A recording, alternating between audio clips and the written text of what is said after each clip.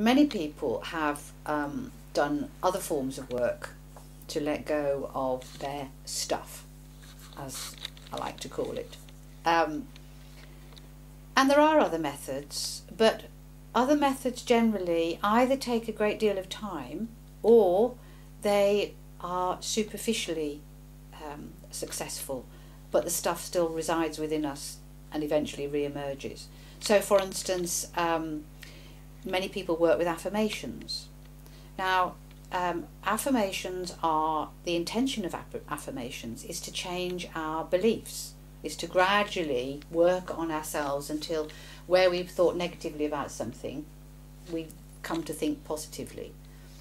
But if there is deep stuff held within, which there invariably is, the affirmation becomes rather like painting a positive coating over the surface, which for a while can appear to make things better, but this deep stuff still arises. So you can be saying to yourself something positive where you used to say something negative, and you can come to think that you come to believe something positive about whatever that circumstance is, and yet you find yourself still having that negative reaction. And the reason you do is because that deep negative stuff has never been let go of from the emotional memory.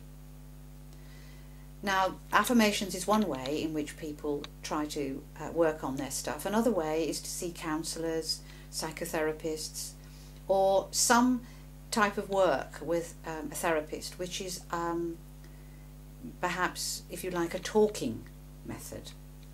If we talk around it, if we talk about it, we'll get to the root cause, we'll be able to change it. You can do a degree of work that way, and people have been successful to a degree, but we do find, it's interesting that we do find many people who have done that sort of work, and then they come to the process work that we do, they can very often find that what they'd thought they'd let go of, or that they now felt fine about, they discovered that actually they hadn't really, that it was still there. Because when you work at that level, you're really working at a mental level.